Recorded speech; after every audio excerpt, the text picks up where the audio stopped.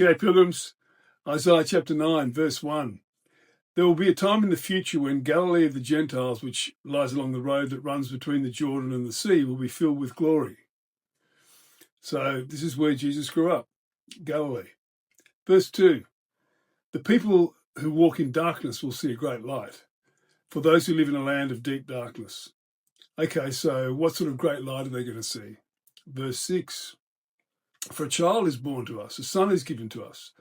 The government will rest on his shoulders, and he will be called Wonderful Counselor, Mighty God, Everlasting Father, Prince of Peace.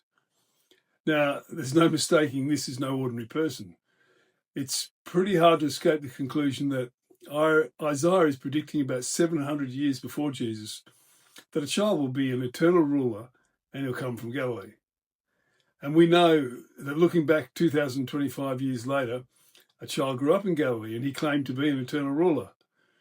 This is all fixed and grounded in historical evidence.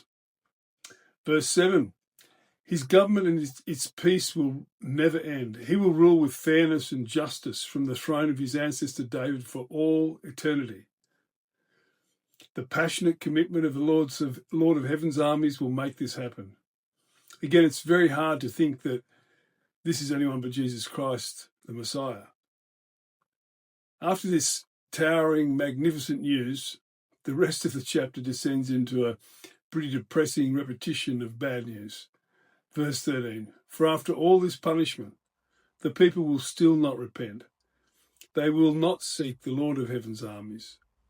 God doesn't want to punish people, but they are refusing to understand and grasp the point of the hardships that are designed to make them turn back to God and not keep relying on their own false ideas.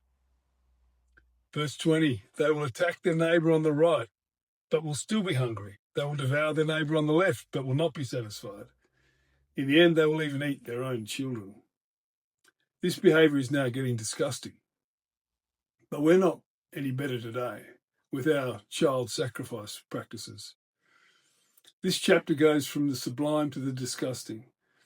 But at the core of it, though, is a God who's yearning to bring people back to a simple relationship with him.